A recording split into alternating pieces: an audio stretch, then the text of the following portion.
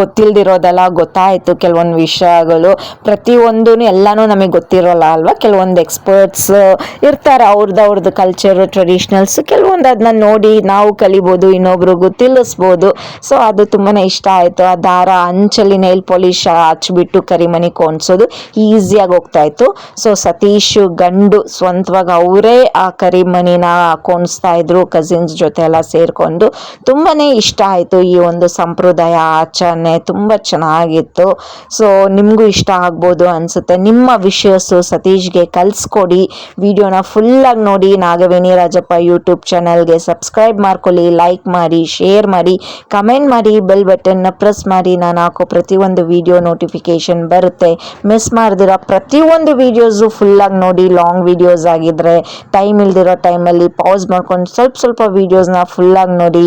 so ನಾನು ಪ್ರತಿಯೊಂದು culture